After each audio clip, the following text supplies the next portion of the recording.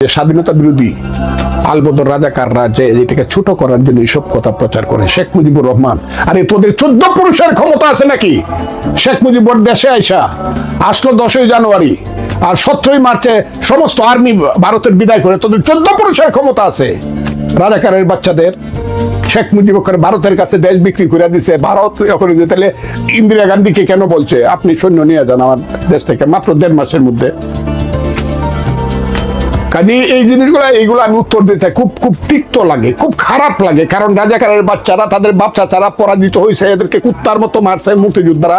এরা এই গ্লানিটা বলতে না পারে মুক্তিযুদ্ধের বিরুদ্ধে কথা বলে।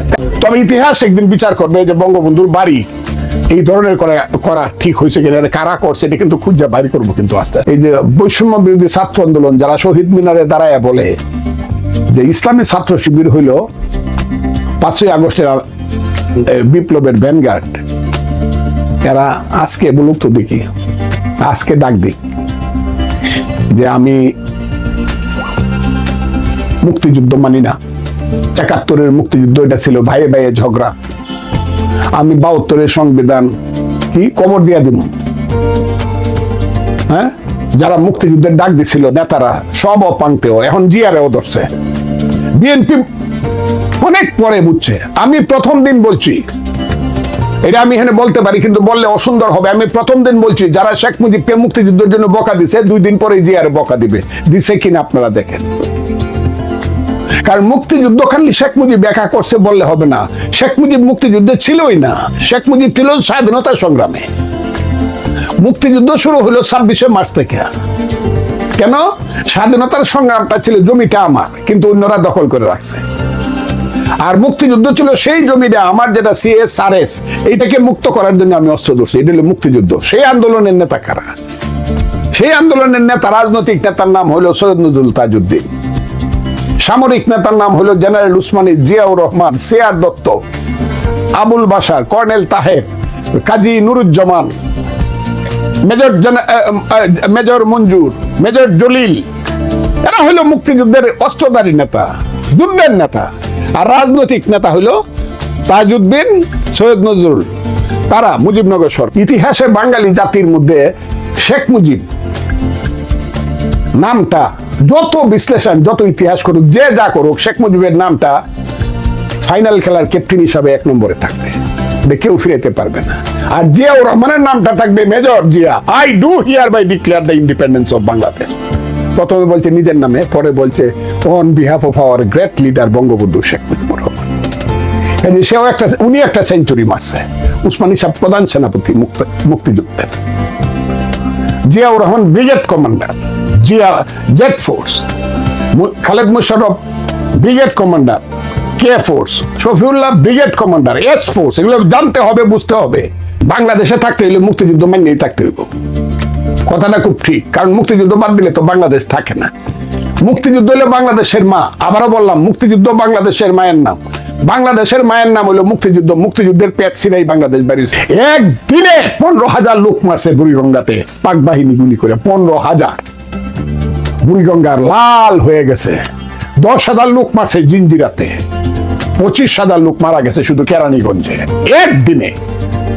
কি কয় কি না, এগুলো কি কয়? কাজে মুক্তিযুদ্ধ কি যারা না দেখছে, রং রং করে যারা কথা কয়, আমি সবাইকে হাসা হাসা কই, কিন্তু মনে এত কষ্ট হয়, আল্লাহ আমারে কেন বাঁচায় রাখছো তুমি, আমার মৃত্যু দাও না কেন? এগুলো তো আমার শোনার কথা না। মুক্তিযুদ্ধ নিয়ে প্রশ্ন, শেখ মুজিব নিয়ে প্রশ্ন থাকবে, নেতাদেরকে নিয়ে প্রশ্ন থাকবে, শাসন নিয়ে প্রশ্ন থাকবে, মুক্তিযুদ্ধ নিয়ে প্রশ্ন থাকবে কেন? 27শে মার্চ জিয়াউর রহমান সাহেব ঘোষণা দিয়েছে। ওই সময় ভারত আইলো করতে গিয়া, কত তাড়াতাড়ি ভারত আইসা গেছিল। এগুলো তো ভারতটারে যেভাবে দেখানো হচ্ছে, এইগুলো তো এক ধরনের অবিমৃষ্যকারিতা, একটা জাতির যে হীনমন্যতা। আবারও বললাম, এই সব ব্যাপারে ভালো কথা বললো, আমি যদি যত ভালো কথাই বলি ফজলুর রহমান এই তো ভারতের দালাল, হীনমন্যতা।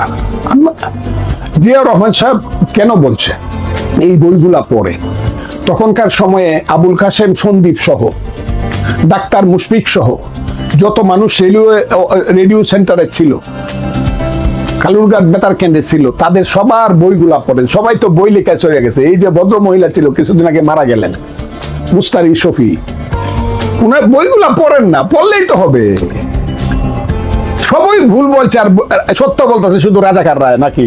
আবুল কাসেম সন্দীপ তো রেডিও সেন্টারের মূল ব্যক্তি ছিল মেকানিক্স, উনি তো বলছে আরে আসেন তো দেখি, আরো আছিল, আমি নামগুলো এই মুহূর্তে স্মরণ করে আমি সব বলতে পারবো। জিয়াউর রহমানকে বলছে আপনি, আমরা তো মাইনর সবাই স্বাধীনতার কথা কইলাম, আপনি তো এখানে মেজর, আপনি বলেন। তখন জিয়াউর রহমান সাহেব প্রথমে নিজের নামে ঘোষণা করছে, তারপরে এরা বললো যে আপনি তো নিজের নামে ঘোষণা করলে জিনিসটা হয় কি, আপনার পিছনে তো কোনো নাই, এন্ডোর্সমেন্ট নাই অফ দ্য পিপল। তো এন্ডোর্সমেন্ট কার আছে? এটা শেখ মুজিবুর রহমানের আছে। জিয়াউর রহমান সাহেব তো জানে যে এটাই তো সত্য। আমি সব কথার মধ্যে আমি আপনাকে একটা কথা বলবো, এই যে ভার্সন, যেটা এই টোটাল ভার্সনটা হলো এন্টি বাংলাদেশ যারা, এন্টি মুক্তিযুদ্ধ যারা, এদের ভার্সন। এই বাঙালির মুক্তিযুদ্ধ হলো 1000 বছরের শ্রেষ্ঠ সম্পদ, বাঙালির 1000 বছরের শ্রেষ্ঠ গৌরব। এইটা যে কি বলবো আমি আর বেশি বললাম না, যে স্বাধীনতা বিরোধী আলবদর রাজাকার রাজ্যে এটাকে ছোট করার জন্য এইসব কথা প্রচার করে শেখ মুজিবুর রহমান। আরে তোদের 14 পুরুষের ক্ষমতা আছে নাকি?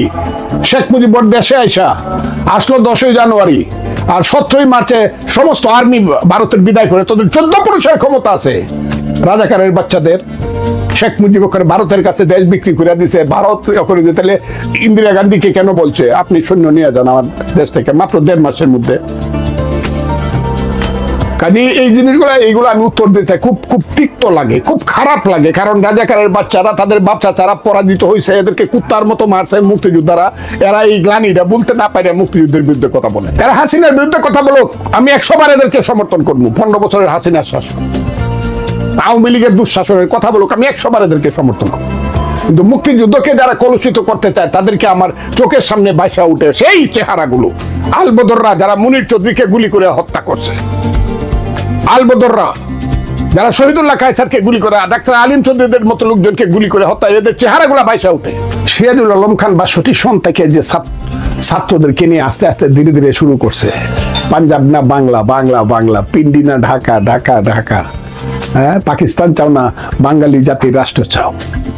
এই যে বাঙালির জাতি রাষ্ট্র, এখন আর জাতি রাষ্ট্র বলে না কেউ, আমরাও বলতে চাই না, এটা সবার রাষ্ট্র। সিরাজুল আলম খান সেই জায়গাটা, ওই আমার এই আঙ্গুলের রক্ত কাইটা সিরাজুল আলম খানের কাছে আমি মুক্তিযোদ্ধা হয়েছি। এটা 71 সনে না, 69-70 সনে 8000 মুক্তিযোদ্ধা ছিল বিএলএফ, বেঙ্গল লিবারেশন ফোর্স। পরে যেটার নাম হইল মুক্তিযুদ্ধ সব মুজিব বাহিনী বলা হয়। কাজে সিরাজুল আলম খান এটার 1 নম্বর উদ্যোক্তা। আমি শেখ ফজলুল হক, মুনি, তুফাইল আহমদ, রাজ্জাক সাহেবকে ছোট করতে চাই না, কিন্তু সিরাজুল আলম খান এইটার ফিলোসফার গাইড। অনেক গুণা স্লোগান, পতাকাটা কেমনে হইল? আমি যে রুমে থাকি ছিলাম 116 নম্বর ইকবাল হল, সেই হলে ডাক দিল, কিরে শিবনারায়ণ, কুমিল্লার শিবনারায়ণ দাস, পারবে না পতাকা? বলে লিডার আপনি, গুরু আপনি হুকুম দিলে আমি, দাদা আপনি হুকুম দিলে আমি পারবো। শিবনারায়ণ দাস সারা রাত্রে বাংলাদেশের পতাকা আসলো। এই লোকটা শেখ হাসিনার আমলে মারা গেল। এত অকৃতজ্ঞ এই মূর্খ আওয়ামী লীগাররা শিবনারায়ণ দাসের জন্য একটা শোক সভাও করে নাই, সিরাজুল আলম খানের জন্য শোক বার্তাও দেয় নাই। এরা এত কৃতজ্ঞ, এই কারণে এরা দেশ ছাড়তে হয়েছে। দেরাদুনে ভোর 5টার সময় পূর্ব দিকে সূর্য উঠতেছে, আর আমি গান গাইতেছি, আমার পিছনে শত শত আমার এই যে ফোর্স যারা আছে, ট্রেনিং দিচ্ছি, চোখ বায়া বুক ভেসে যাচ্ছে পানিতে, 2 বার বুক ভাসছে প্রতিদিন সকালে এবং সন্ধ্যায়। পতাকা তুলছি এবং নামাইছি, আমার সোনার বাংলা আমি তোমায় ভালোবাসি। আমিও শুনছি তীরহারা এই ঢেউ সাগর পাড়ি দিব রে। আমিও শুনছি রবি ঠাকুর, নজরুলের বলো বীর, বলো উন্নত মম শির, শির নেহারি আমারে নত শির। আমিও শুনছি মুক্তিযুদ্ধের গান গায়, মুক্তিযুদ্ধের পথে মানুষকে ডাকছে। কিন্তু এরা হলো সদ্য বেশধারী মুনাফেক। ফ্যাসিস্টের চেয়ে মুনাফেক কি খুব ভালো কিনা? ইসলাম কি বলে যে মৌলানা সাহেবরা যে প্রত্যেকদিন মাঠে মাঠে হাজারে হাজারে লাখে লাখে বক্তৃতা করেন, তাদেরকে আমি জিজ্ঞাসা করি কে বেশি খারাপ, ফ্যাসিস্ট না মুনাফেক? না, এটা রাজাকার রায় কয়। আমি এটাই বললাম, পরিষ্কার ভাবে বলছি, রাজাকার রায় কত, যাদের পূর্বপুরুষ রাজাকার ছিল তারা কয়ে গেছে, এখন তাদের সন্তানেরা কয়। মুজিবনগর সরকারের কি ঘোষণা ছিল? সাম্যত একই তো। এটার সঙ্গে গণতন্ত্র, সমাজতন্ত্র, ধর্মনিরপেক্ষ, জাতীয়বাদের পার্থক্য কি? এটা তো আরো বিবেশনটা আরো সঠিক হইল। ওইটাকেই তো ইলাবোরেশন করে এটা হয়েছে। ওই স্বাধীনতার যে ডিক্লারেশন বা প্রক্লেমেশন, এই তিনটা জিনিসকে বিবেশন করে গণতন্ত্র, সমাজতন্ত্র, ধর্মনিরপেক্ষ, জাতীয়, এটার সাথে ওইটার কন্ট্রাডিকশনটা কি? কোন কন্ট্রাডিকশন আছে? এইগুলো হলো রাজাকাররা সংবিধানকে ছোট করার জন্য, মুক্তিযুদ্ধকে ছোট করার জন্য এইগুলা বলে রাজাকাররা। আমি আবারও বললাম, অথবা তাদের অধস্তন পুরুষেরা।